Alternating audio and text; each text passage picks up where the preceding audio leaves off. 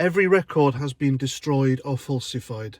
Every book rewritten, every picture has been repainted, every statue and street building has been renamed, every date has been altered, and the process is continuing day by day and minute by minute. Now, many of you will recognise that quote from George Orwell's 1984, and if you haven't read it yet, please do. I urge you to, because it is very relevant to today.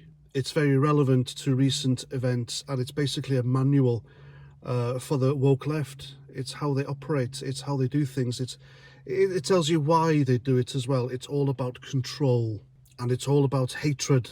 It's a severe, to the point of psychotic mental health issues, hatred of the West and what we have accomplished as a people. They hate us and they hate themselves, they really do. And these people really have tried to falsify records.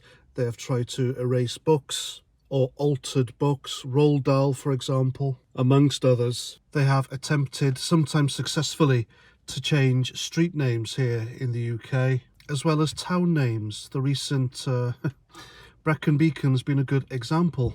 And then there's the statues in universities. They're changing the names of the universities. Now, the main reason they are successful with doing these things, especially the statues, town names, street names, is because Britain in the industrialized period was built on slavery. There's no doubt about it. It's the truth.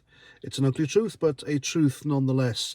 And it's a truth that we people today, us Brits, we can accept and we can acknowledge it was a disgusting practice. And it's a disgusting practice that we stopped. We acknowledged this at the time, we banned it, and we fought against it. Up to 5,000 sailors, British sailors, died fighting slave traders on the high seas. That is a little known fact that race baiters like Yasmin Ali Brown and Dr. Shola Moss, amongst others, it's inconvenient for them and they don't like it, so they don't talk about it. They would rather push the narrative, the victimhood, in order to do the old divide and conquer thing. That's what it's all about. It's about dividing people and causing a ruckus. They want people to fight each other. So anyway, the latest target for these insane idiots are football badges, namely Manchester United and Manchester City. The reason being, these two badges have a ship in them.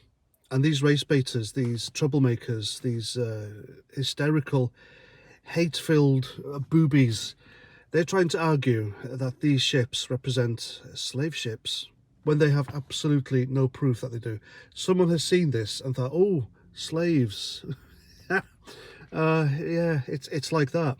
And so they're arguing slaves on a badge, slave ships representing slavery, it has to go. So they're pushing for Manchester United and Manchester City, who have had these ships on their crests, on their badges for decades, or nearly a century at least. They want them changed because they don't like it. But here's the thing. Manchester United was founded in 1878 and Man City in 1880. That was decades after Britain abolished slavery in 1807. And Manchester has always had, well, it did back then anyway, a bustling port. And it didn't just import or export slaves. It was a major trading port, which is the same with Liverpool, Bristol, Glasgow, London, Portsmouth, everywhere else where there's a port. I can guarantee you every Western nation or European nation had a port that slaves went through. And this is yet another example of this 1984 lot trying to erase our history. But what about slavery elsewhere in the world? Why don't they turn their attentions to those countries? And the top countries for slavery these days are, yes, you guessed it, Africa, followed by Asia, and countries in the Pacific region. There are also white slaves in Eastern Europe, but that's an inconvenient truth. So the point being, Britain hasn't dealt in slaves since 1807. We fought against it. And I think we can agree, whatever side of the political divide you're on, that slavery shouldn't exist at all. No person should be made to live under bondage, whatever they are.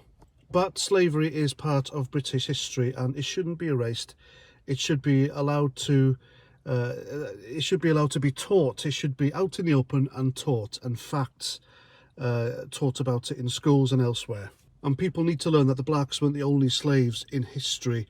Every race has been enslaved at one point in human history, even mine, the Welsh. My country, Wales, was conquered and basically enslaved by the English King Edward I, Edward Longshanks, the bad guy in Braveheart, who hated us so much that he built a ring of castles in North Wales to keep us subdued. But do I harbour any ill will towards the English? No, of course I don't. Do I want reparations because of what happened to my people nearly 1,000 years ago now? No, of course I don't, because I don't have a chip on my shoulder. So I hope Man City and Manchester United, they fight back and they keep those ships on their crests, because it's all part of history. Whether those ships were slave ships or not, keep them on there, because we can't allow these idiots to tell us what to do and how to live and how to go about things. It's completely wrong. And there we go, that's my tuppence. Please let me know what you think in the comments. Until the next time, Roger Trout.